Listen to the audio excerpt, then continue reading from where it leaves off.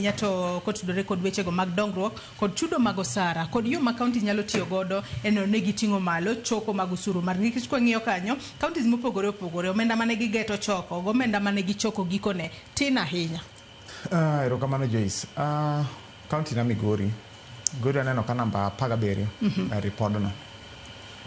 En adier makende ni iyudo ka kauntis wa Kenya ka pesa magiketo e development to tin adier kaluwore gi budget magiyudo to adwa mapogore gi paro gowetenagi nikech recurrent expenditure en kanyo en nyaka chule nikech ok inyal ndiko ng'ato ni tiyo to kichule, but unfortunately for us e higni to koro 12 nyaka ne devolution B to wayudo kapok gi tatua shida mane nitiere mar jotich, the human capacity, the capital mar counties.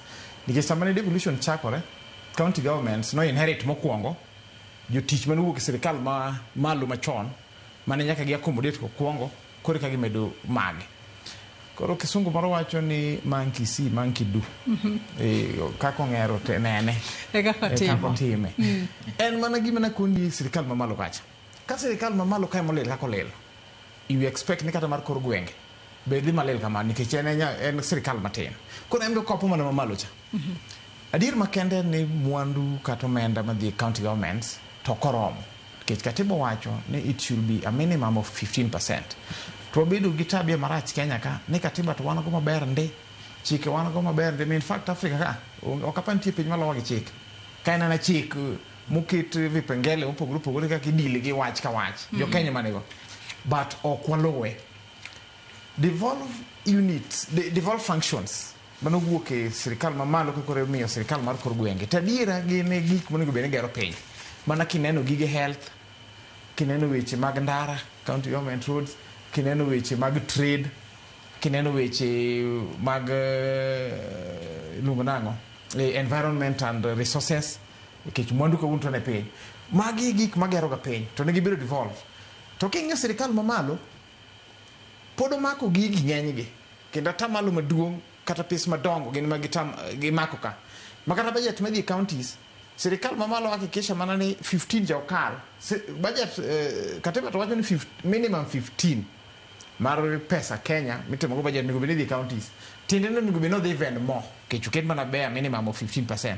To wan sirikal wan nyaka ne devolution chakre 2013 15 okal itere me counties fluctuate ma between 12 ka 13 14 15 mano be mang'eny kabisa. Koro mwandu maro nego bedi gero piny te diere pod moko malo ka. Koro iyudo ka county governments seche moko gin limited nikech pesa biro for example Migori county wakacha biro kata ka 11 billion tiyudo ka dier recurrent expenditure jok mondike gi salary monego chulgi mabe katiba emoketo kata mana remuneration rates ok ni county government ema uwo tase moro kamoro wacho ni ng'ati gore ndike chief officer ng'ani ndike kata casual worker kama ni mai pesa ma onego bene chule mano katiba itself oseketo kendo this salaries and remuneration commission moseketo list to bendo oseketo jok monego bene ndike county in list already intiere tene pesa ko biro jogi to nyaka chul.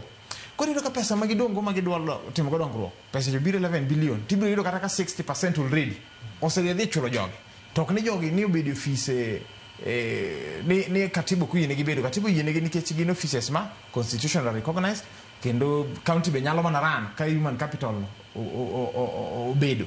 Koro ato ayuak ni Kenya onego bed ni osechopo level moro ma we should practice what is in our constitution. Katiba wan go maber to ok practice mwandu mar jopiny onego bed ni dhi kor gwenge mondo ger piny tiyudo ka tamalo 85 pod odog me central government malo ka.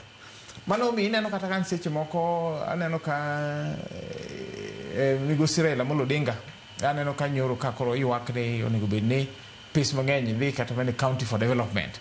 Meno neno kata ni pesa ko onego bed ni lwet legislators mag wajumbe ono county CDF okete counties an kipacha aside kode nikech mano to be gima katiba wa dwaro tiyudo ka wan pesa wawe malo central government ka to pesa monego bed ni dhi e piny kacha watero mathis. Koro ma miyo county governments they have a little say pesa maginyalo tingo e dongruok.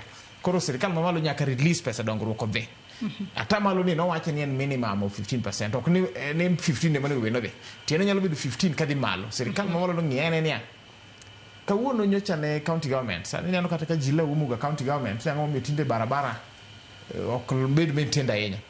Adier man kende makata unang'eno setimo nonro kani neno pesa mane dhiga e county mane loso go nderni nyocha nosebedo recalled back moduoge national government kendo sani en under roads board authority ema control. Tiende ni pesa idwago kata mana governor, idwago kata mana jotich mar county ni ang'o miyo ndej ok ger to katiba to wacho ni ndaro nego beni ma county ger tendo ka pesa ni noseduogo magi governors moduoge national government ka obedo ma control gi kura to obedo control gi kera to obedo control gi kena. Tiende ni ok practice gima katiba wa ne waketo nengo watim. Then kuro kadhi mar ariyo mar kaka do increase omenda wa aya make mana gi kanyo mar kaka wanyalo increase omenda